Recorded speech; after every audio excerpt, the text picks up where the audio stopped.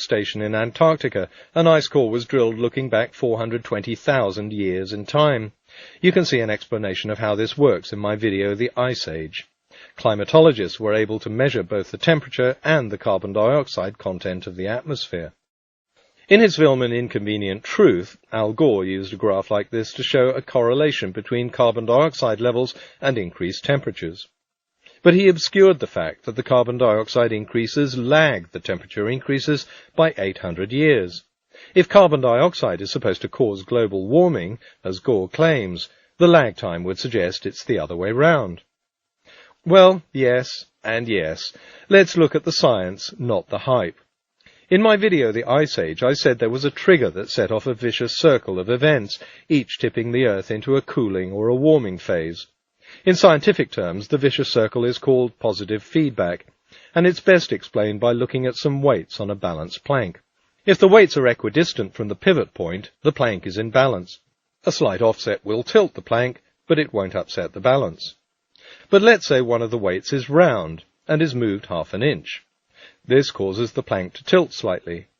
But the tilt causes the weight to roll a bit, and the shift in position causes the plank to tilt a bit more, until soon there's a runaway event and the plank comes crashing to the ground.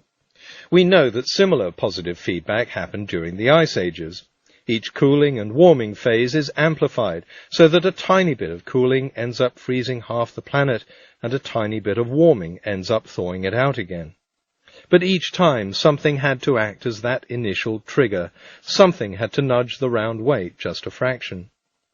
A strong contender has always been regular cyclical deviation in the Earth's position or orbit, changing the amount of sunlight the Earth received. Whatever it was, in the depths of the Ice Age, this change melted a tiny part of the ice sheet and released carbon gases from the soil and from the warmer oceans. The carbon gases that were released trapped more long-wave radiation and warmed the planet a bit more, and that released more carbon gases, and so on. Climate change proponents have never suggested that a carbon dioxide increase was the trigger for past warming, only that the trigger released carbon gases, which set off this vicious circle of heating. So the lag time shown in the Vostok ice core isn't disputed, and the reasons for it are part of the global warming model. But without a trigger, this positive feedback wouldn't even begin. So if the trigger was a cyclical variation in the Earth's position, then we don't have anything to worry about, right? Because as we saw in the video The Ice Age, the Earth's orbit will remain steady for another 16,000 years. The problem is, anything that causes a tiny increase in temperature can trigger this vicious circle.